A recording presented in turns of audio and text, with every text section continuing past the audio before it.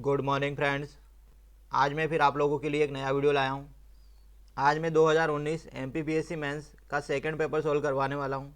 इसके पहले MPPSC mains 2019 का फर्स्ट पेपर सोल्व करवा चुका हूँ। अगर आपने पुराना वीडियो नहीं देखा हो तो डिस्क्रिप्शन बॉक्स में लिंक दी हुई है, वहाँ जाकर वो वीडियो देख सकते हैं दोस्तों। अब देखिए स्टार्ट करते हैं हम 2019 मेंस सेकेंड पेपर। अब देखिए इसके लिए सबसे पहले सोल्व करने से पहले आप कुछ महत्वपूर्ण निर्देश सुन लें, ताकि आप जो पेपर सोल्व करें उसके लिए विशेष महत्व रहता है उसका। निर्देशों के बगैर बहुत कुछ गड़बड़ हो जाएगी नहीं तो। देखिए जो 2019 पीएससी मेंस का पेपर है, जो सेकंड पेपर है, ये 300 नंबर का होता है। अब देखिए 300 नंबर का है, इसे दो पार्ट में डिवाइडेशन करा है, खंड आ और खंड बा। अब खंड आ में 3 क्वेश्चन मिलेंगे आपको, और खंड बा में भी कितने क्वेश्चन मिलेंगे दोस्तों? 3 क्वेश्चन।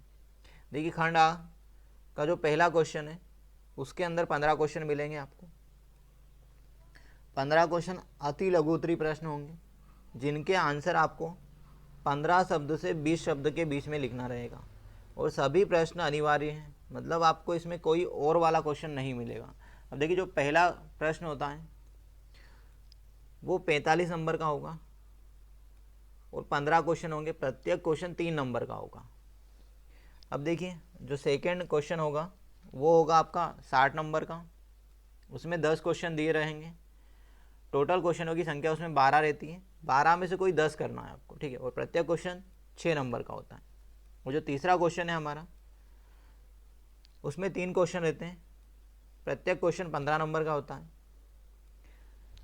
45 नंबर का टोटल रहता है तीसरा क्वेश्चन, और तीनों क्वेश्चन करना अनिवार्य है। और जो तीसरा क्वेश्चन रहता है हमारा, तीनों क्वेश्चन के अथवा में एक एक प्रश्न दिया हुआ होता है।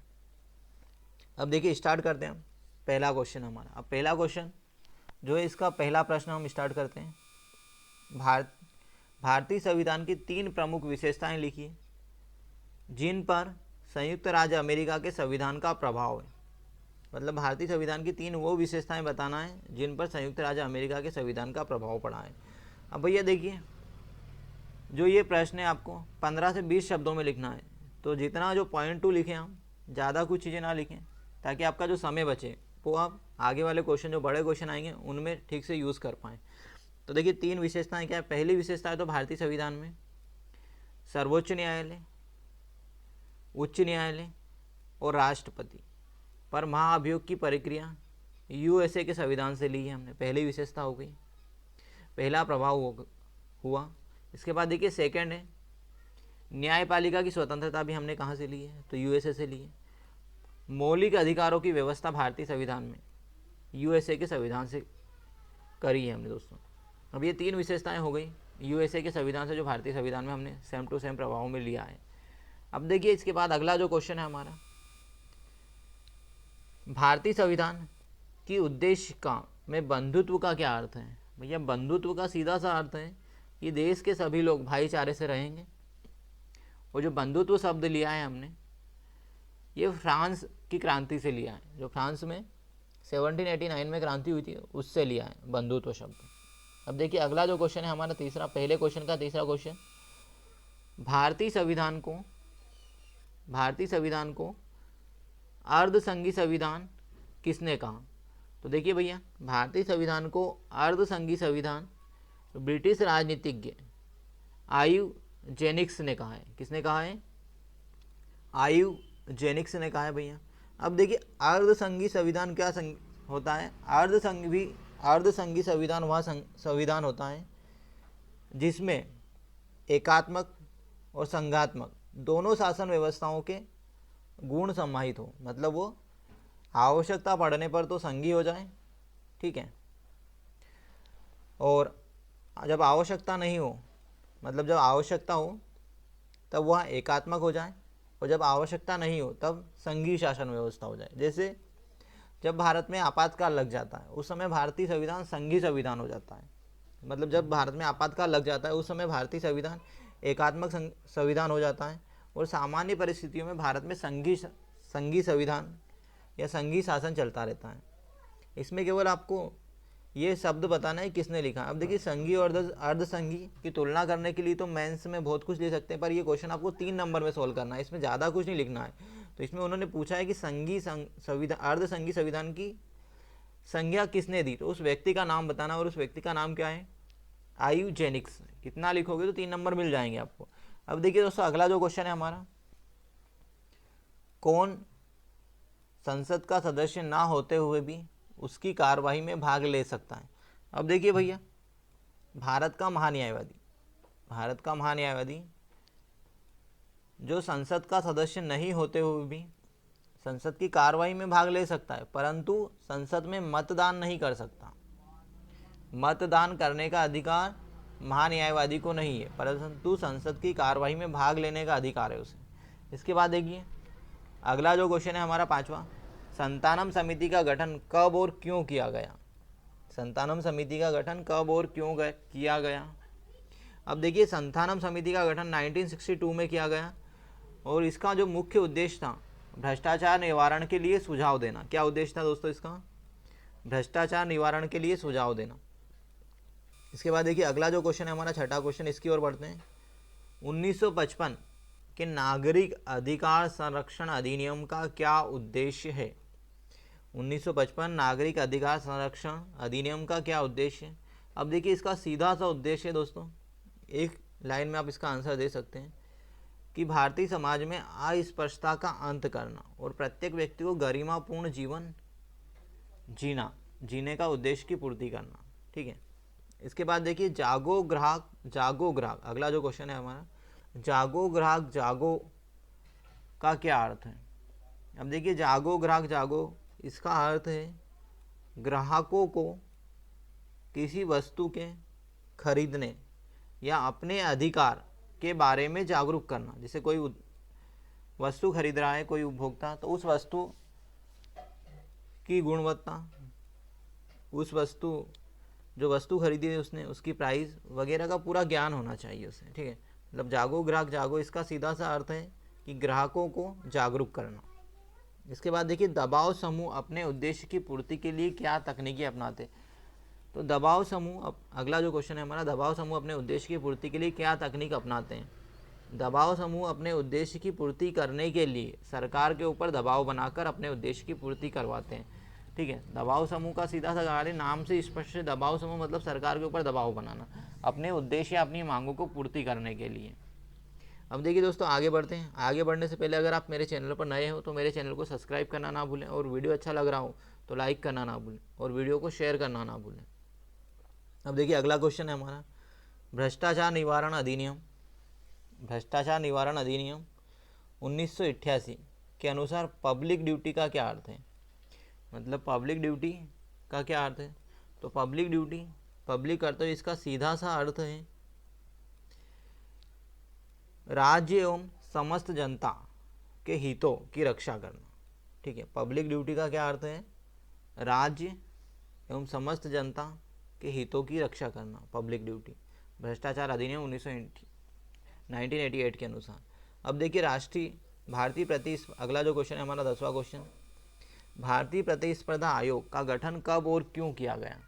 देखिए भारतीय प्रतिस्पर्धा आयोग का गठन करने के लिए वर्ष 2002 में भारतीय प्रतिस्पर्धा अधिनियम आया, जिसके तहत मार्च 2019 में भारतीय प्रतिस्पर्धा आयोग का गठन किया गया, और इसका मुख्य उद्देश्य दोस्तों बाजार में स्वच्छ प्रतिस्पर्धा को बढ़ावा देना, ताकि बाजार उपभोक्ताओं के हितों को साधा जा सके। मतलब उपभोक्ताओं के हितों को बनाए रखा जा सके। इसके बाद देखिए स्वयं सहायता समूह क्यों गठित किए जाते हैं। स्वयं सहायता समूह क्यों गठित किए जाते हैं दोस्तों। अब देखिए गरीबों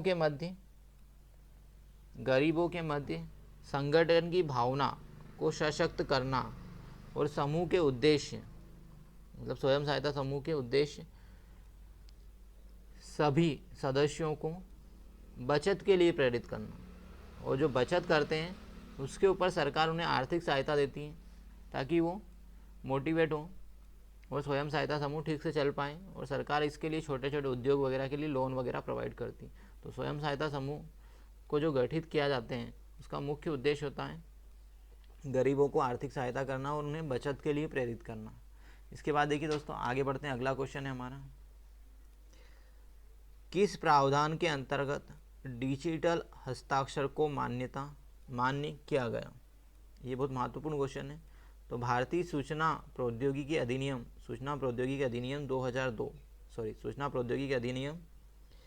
2000 के तहत इसे कानूनी रूप से मान्यता प्रदान की गई। जो डिजिटल सिग्नेचर है उसे सूचना प्रौद्योगिकी अधिनियम 2000 के तहत कानूनी मान्यता प्राप्त की गई। अब देखिए, भारत में चुनाव सुधार के लिए गठित 2 समितियों के नाम लिखिए। भैया देखिए, भारत में समय समय पर चुनाव सुधार के लिए कई समितियां बनी हैं। अब इसमें 2 ही पूछा है तो 2 ही बताएं आप।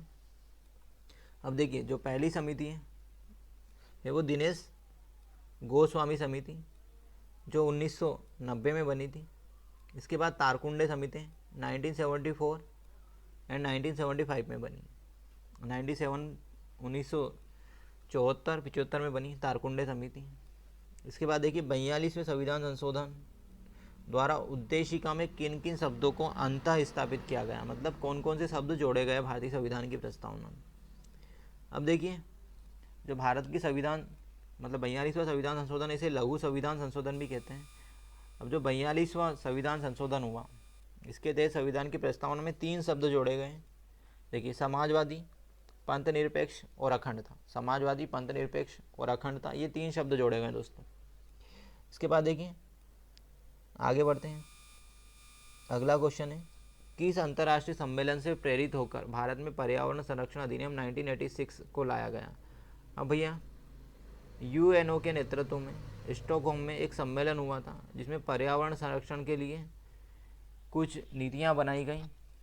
तो ये स्टॉकहोम सम्मेलन से प्रेरित होकर भारत में पर्यावरण संरक्षण अधिनियम बनाया गया। अब देखिए दोस्तों, ये पहला क्वेश्चन कंप्लीट हो गया और इसके 15 क्वेश्चन कंप्लीट हो गए। अगर आप इस प्रकार से इसके आंसर लिखते हैं तो आपको ज़्यादा से ज़्यादा नंबर मिलेंगे। अब देखिए, अगला जो सेकंड क्वेश्चन है दोस्तों हमारा, इसकी ओर बढ़ते हैं हम। सेकंड क्वेश्चन जो है हमारा, इसमें से 12 क्वेश्चन दिए हुए हैं, इसमें से कोई 10 क्वेश्चन करना है और प्रत्येक क्वेश्चन के जो आंसर हैं, प्रत्येक क्वेश्चन जो है वो आपको अधिकतम 100 शब्दों में लिखना है दोस्तों। 100 शब्दों से ज़्यादा में नहीं लिख सकते, क्योंकि इस बार तो थोड़ा सा सीमित क्राइटेरिया कर दिया है, क्योंकि जो कॉपी दी गई है उसमें ही इतनी जगह दी गई है कि आप 100 शब्दों से ज़्यादा शब्दों में नहीं लिख सकते। नहीं तो पहले पूरी प्लेन कापी होती थी, उसमें बच्चे बहुत ज़्यादा लिखते थे और टाइम वेस्टेज होता था उससे। तो इस बार थोड़ा सा कॉपी में बहुत महत्वपूर्ण परिवर्तन हुआ, जो बच्चों के लिए बहुत फ़ायदेमंद है। अब देखिए दोस्तों, इसमें प्रत्येक क्वेश्चन 6 नंबर का होता है। अब देखिए, क्वेश्चन स्टार्ट करते हैं पहला हम। अब देखिए, अगला क्वेश्चन स्टार्ट करने से पहले अगर आप चैनल पर नए हो तो चैनल को सब्सक्राइब करना ना भूलें। संघ के प्रतिनिधि के रूप में राज्यपाल के कार्य लिखिए। संघ के प्रतिनिधि के रूप में राज्यपाल के क्या क्या कार्य होते हैं? अब भैया, राज्यपाल के कार्य बताना है आपको संघ के प्रतिनिधि के रूप में। तो देखिए, संघ के प्रतिनिधि के रूप में पहला कार्य होता है इसका विधायिका के संबंध में कार्य, पहला कार्य। तो विधायिका के संबंध में राज्यपाल का पहला कार्य होता है कि अगर कोई राज्य सरकार इस प्रकार का कानून बनाती है जो संघ के मूल ढांचे के विरुद्ध हो, तो उसे राज्यपाल राष्ट्रपति के हस्ताक्षर के लिए रख सकता है। इसके बाद सेकंड कार्य है, अगर कोई राज्य सरकार केंद्र के द्वारा दिए गए निर्देशों के अनुसार शासन नहीं चला पाती है, तो अनुच्छेद 365 की अवहेलना पर राज्यपाल राष्ट्रपति से राज्य में आपातकाल की घोषणा करवा सकता है। इसके बाद देखिए, जो राज्यपाल होता है केंद्र का प्रतिनिधि होता है और राज्य की सभी नीति से केंद्र को अवगत कराता है। दोस्तों 100 शब्दों में लिखना है, 3 से 5 पॉइंट तक अधिकतम लिख सकते हैं आप।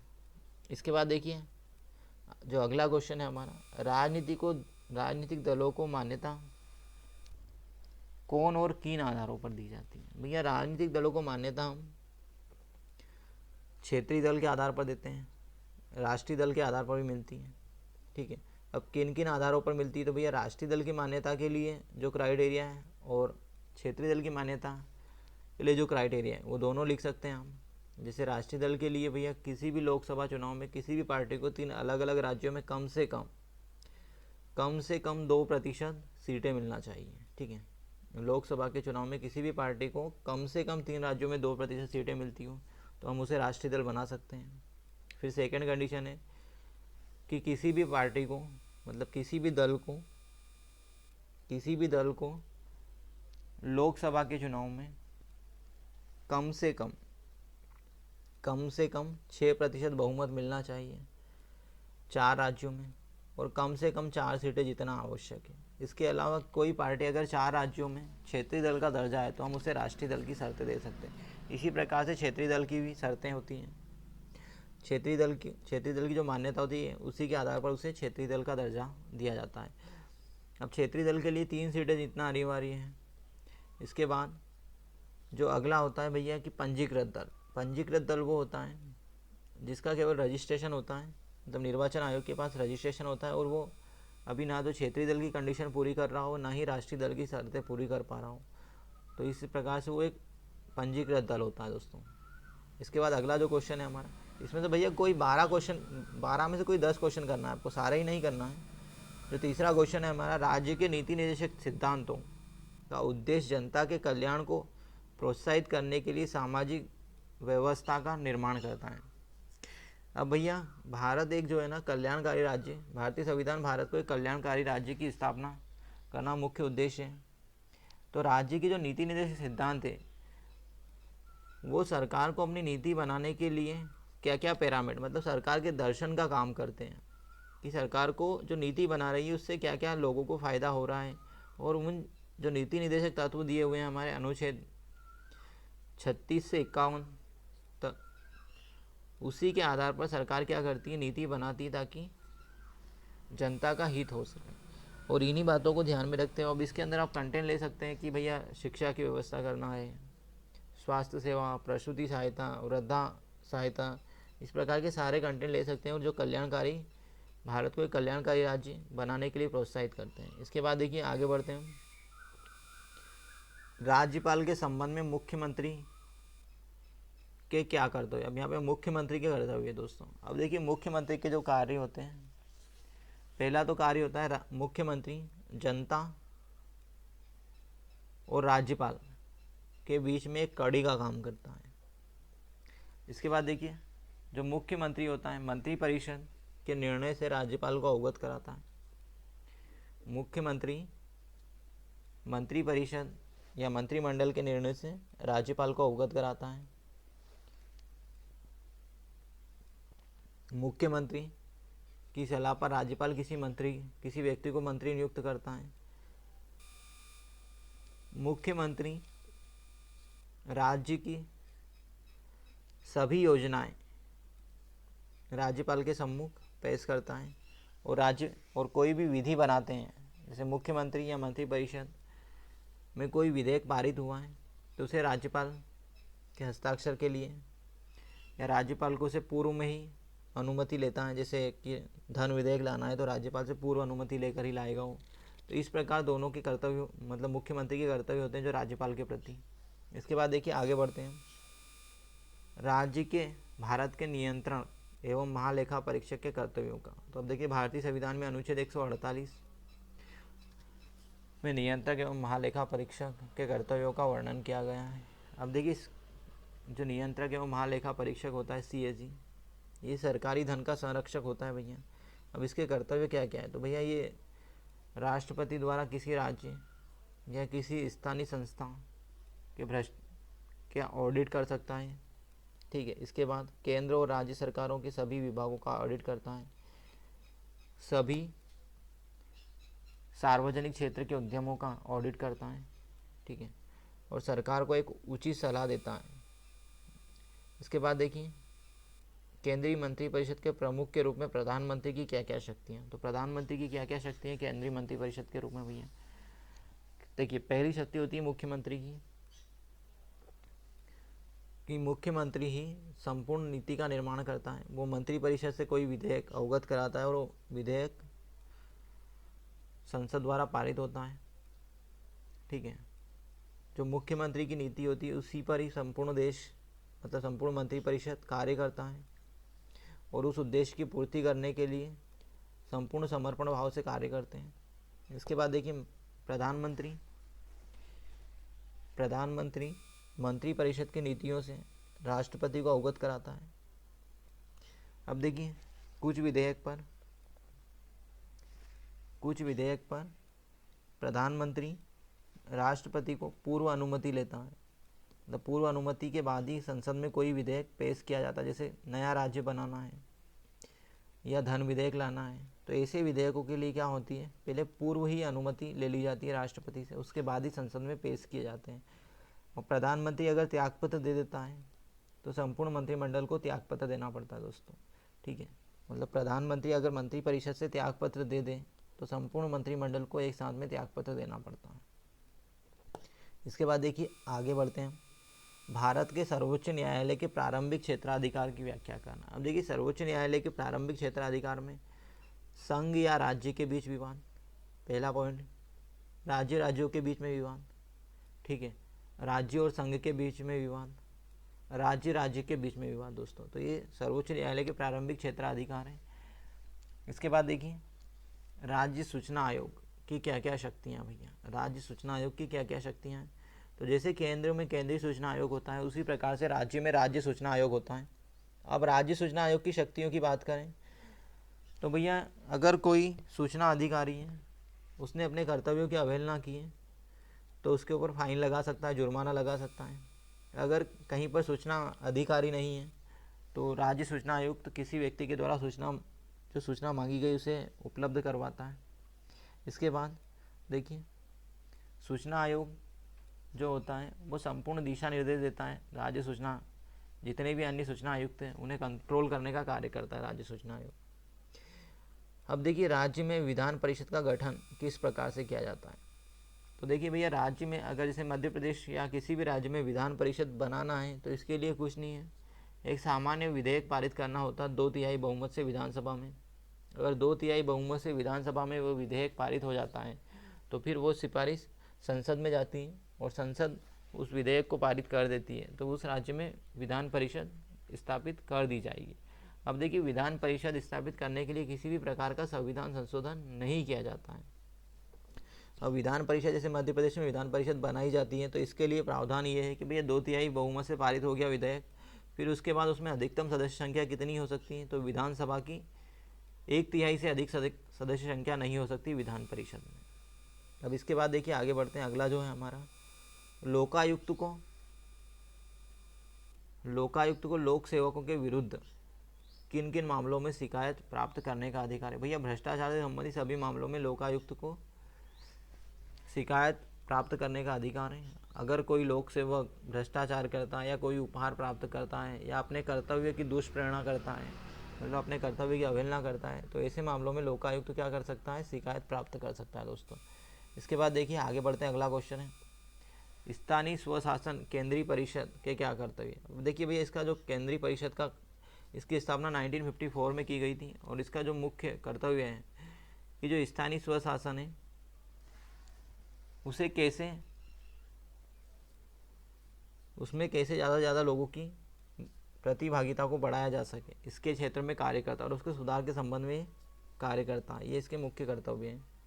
अब देखिए प्रशासनिक जवाबदेहिता सुशासन और विकास के लिए अति आवश्यक है। अब भैया जब तक प्रशासन में जवाबदेही नहीं होगी तो सुशासन कैसे स्थापित किया जा सकता है, इसके ऊपर स्पष्ट टिप्पणी लिखना है आपको। प्रशासन में जवाबदेहिता मतलब कोई भी विभाग या डिपार्टमेंट हुआ उसके जवाबदेहिता के क्या क्या पैरामीटर होंगे, किसके प्रति वो जवाबदेही होगा, ठीक है, और किस प्रकार की उसकी नीतियाँ हैं, इसके लिए वो सिटीजन चार्टर्ड बना सकता है, इसके अलावा अपनी नीतियों से लोगों को अवगत करा सकता है, ठीक है, तो ये उसकी जवाबदेहिता हो गई। इसके बाद देखिए जो अगला तीसरा क्वेश्चन है, इसमें सभी क्वेश्चन आपको 15 नंबर में 15 अंकों में लिखना है, 15 अंकों में सभी क्वेश्चन देना है। 3 क्वेश्चन दिए हुए हैं, 3 क्वेश्चन में से कोई भी, मतलब 6 क्वेश्चन है, अथवा में एक है, तो 3 क्वेश्चन करना है, अथवा में से कोई भी एक चुन सकते हैं। राज्यसभा आर्थिक दृष्टि से बोझ है, कथन का स्पष्ट परीक्षण कीजिए भैया। अब देखिए राज्यसभा आर्थिक दृष्टि से बोझ है, कथन का परीक्षण करना है। अब सबसे पहले तो आपको राज्यसभा के बारे में उसके उद्देश्य बताना होंगे कि राज्यसभा का कार्य क्षेत्र क्या क्या है और राज्यसभा किस प्रकार से बोझ नहीं है। फिर इसके बाद सेकंड पॉइंट ले सकते हैं आप इसमें। देखिए सबसे पहला जो पॉइंट लेंगे आप इस प्रकार से ले सकते हैं कि राज्यसभा बोझ नहीं है, राज्यसभा आर्थिक दृष्टि से बोझ नहीं है। अब इसमें कैसे बताएंगे आप क्या क्या कंटेंट लेंगे, तो इसमें पहला कंटेंट ले सकते हैं कि भैया विधि निर्माण में महत्वपूर्ण योगदान है, राष्ट्रपति के निर्वाचन में, संविधान संशोधन में। अब देखिए, जो लोकसभा होती है उसमें किसी एक दल की सरकार बन जाती है और वो विधेयक आसानी से पारित करवा सकती है लोकसभा में, परंतु राज्यसभा में सभी राज्यों के प्रतिनिधि होते हैं, तो यहाँ पे थोड़ा सा विधेयक पारित कराना कठिन होता है। ठीक है, तो जल्दी जल्दी में कोई भी ऐसी नीति नहीं बन पाती है जो राष्ट्र के लिए अहित करे। इसके बाद देखिए, जो राज्यसभा है, राज्यसभा की सिफारिश पर ही राज्य सूची के विषय पर कानून बना सकती संसद, अन्यथा नहीं बना पाएगी। अब देखिए, अखिल भारतीय सेवा का गठन करना है, जैसे कोई नई अखिल भारतीय सेवा गठित करना है हमें, जैसे चिकित्सा के लिए हमें अखिल भारतीय चिकित्सा सेवा गठित करना है, तो इसकी सिफारिश भी कौन करेगी? राज्यसभा ही कर सकती है। इस प्रकार से राज्यसभा संसद पर बोझ नहीं है। और इसमें एक कंटेंट वो ले सकते हैं कि भैया राज्यसभा में सबसे ज़्यादा अनुभवी व्यक्ति ही रहते हैं जो देश के लिए नीति निर्माण करने के लिए महत्वपूर्ण योगदान देते हैं। अब देखिए दोस्तों, राज्यसभा जो सेकंड पॉइंट है कि बोझ है, इस प्रकार से लिख सकते हैं कि भैया यहाँ पर जो जितने भी ज़्यादातर सीनियर व्यक्ति रहते हैं और वो जनता से मतलब लोकसभा में चुनकर नहीं आ सकते, कई ऐसे सदस्य होते हैं जो चुनाव हार जाते हैं, वो राज्यसभा से प्रमोट कर दिए जाते हैं, मतलब राज्यसभा सदस्य बनाकर भेज दिए जाते हैं। जैसे दिग्विजय सिंह, ये लोकसभा का चुनाव हार गए वर्तमान में, तो ये राज्यसभा सदस्य बनकर चले गए। तो मतलब जिन व्यक्तियों को जनता ने नकार दिया उन व्यक्तियों को आप राज्यसभा में भेज रहे हो, तो ये तो अच्छा नहीं है। फिर इसके बाद आप सेकंड ले सकते हैं कंटेंट इसके अंदर कि राज्यसभा में कई बिल ऐसे होते हैं जैसे धन विधेयक, उसे लोकसभा में पेश किया जाता है, राज्यसभा का ज़्यादा हस्तक्षेप नहीं होता है, और राज्यसभा कई विधेयक को जानबूझकर लंबित करती है। इसमें सभी राज्यों के अलग अलग राज्यों का प्रतिनिधित्व करते हैं, तो अलग अलग राज्यों के हित होते हैं, जिससे एक राष्ट्रीय नीति नहीं बना पाते हैं। ठीक है, और लास्ट में निष्कर्ष दे दें कि वर्तमान परिदृश्य को देखते हुए राज्यसभा का अत्यधिक महत्व है, इसे समाप्त नहीं किया जा सकता, और ये सरकार के संसाधनों पर बोझ नहीं है। जो ऊपर दिए गए जो ऊपर इसके कार्य दिखाए गए इस आधार पर। इसके बाद देखिए दोस्तों, जो अथवा वाला क्वेश्चन है, राष्ट्रीय महिला आयोग के गठन के कार्य एवं प्रकार। अब देखिए भैया, राष्ट्रीय महिला आयोग 1992 में गठित किया गया, महिला आयोग अधिनियम 1990 में आया। अब इसके क्या क्या प्रावधान है? तो इसके सारे प्रावधान महिलाओं के हित के लिए होंगे। ठीक है, तो उसके बारे में लिख सकते हैं, गठन कब हुआ और कार्य। तो इसके कार्य है महिलाओं के हितों की रक्षा करना, महिलाओं के लिए नीति बनाना, महिलाओं के शोषण के विरुद्ध आवाज़ उठाना, ये सारे इसके कार्य। और भी कई कार्य लिख सकते हैं हम। इसके बाद देखिए, 74वां संविधान संशोधन अधिनियम के प्रावधान लिखना है। भैया 74वां संविधान संशोधन हुआ जिसके तहत नगरीय निकाय की व्यवस्था की गई। अब नगरीय निकाय में कितने स्तर के हुए, क्या क्या फायदे हैं, सारे प्रावधान इसके अंदर आप लिख सकते हैं। अब देखिए, उपभोक्ताओं को प्राप्त अधिकार के संदर्भ में उपभोक्ता न्यायालय के कार्य लिखे। उपभोक्ताओं को प्राप्त अधिकार के संदर्भ में उपभोक्ता न्यायालय के कार्य लिखे। भैया उपभोक्ता न्यायालय के क्या क्या कार्य होंगे? तो उपभोक्ताओं के हितों की रक्षा करना, उपभोक्ता से संबंधित विवादों को निपटाना जल्दी।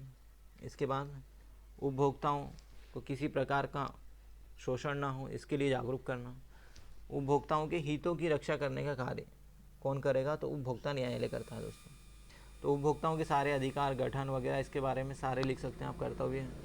इसके बाद देखिए, घरेलू हिंसा अधिनियम 2005 क्या है, इसके प्रावधान लिखना है। तो घरेलू हिंसा में से तात्पर्य क्या है? जैसे शारीरिक, लैंगिक, महिलाओं के साथ शोषण, बच्चों के साथ शोषण, इसमें परिवार के सदस्य सभी आ जाएंगे, उनके बारे में लिखना है। क्या क्या प्रावधान है, किस प्रकार का केस घरेलू हिंसा के अंतर्गत आएगा, क्या क्या सज़ा के उपबंध है, ये सारा लिख सकते हैं। अब न्यायिक सक्रियता से क्या, अगला जो इसका अथवा वाला क्वेश्चन है हमारा, न्यायिक सक्रियता से क्या समझते हैं या क्या अभिप्राय? पक्ष और विपक्ष में तर्क दीजिए। अब न्यायिक सक्रियता से आशय ये होता है भैया कि जैसे जनता के हित के लिए न्यायालय स्वयं हस्तक्षेप करता है तो उसे न्यायिक सक्रियता कहते हैं। मतलब जनता के हितों की रक्षा करने के लिए जब न्यायालय स्वयं बढ़ चढ़ कर आगे बढ़कर भाग लेता है तो उसे न्यायिक सक्रियता कहेंगे। इसके पक्ष में तर्क देना है तो भैया इसके पक्ष में तर्क ये है कि इससे जनता के हितों की रक्षा होती है, सरकार जनता के हितों की अवहेलना नहीं कर सकती है। इसके बाद उचित नीति का निर्धारण होता है।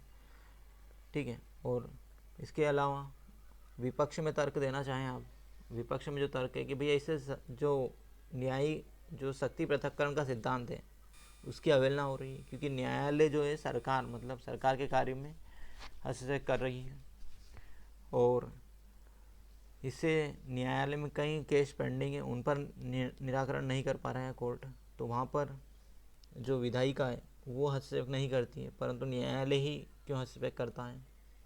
ये दोनों का लास्ट में निष्कर्ष दे सकते हैं। ठीक है दोस्तों, अब देखिए ये आपका आज का पेपर सेट हो गया दोस्तों। अगर आपको ये वीडियो अच्छा लगा हो तो लाइक करना ना भूलें, और अगर आप मेरे चैनल पर हो तो सब्सक्राइब करना ना भूलें, और वीडियो को शेयर करना ना भूलें। Thank you.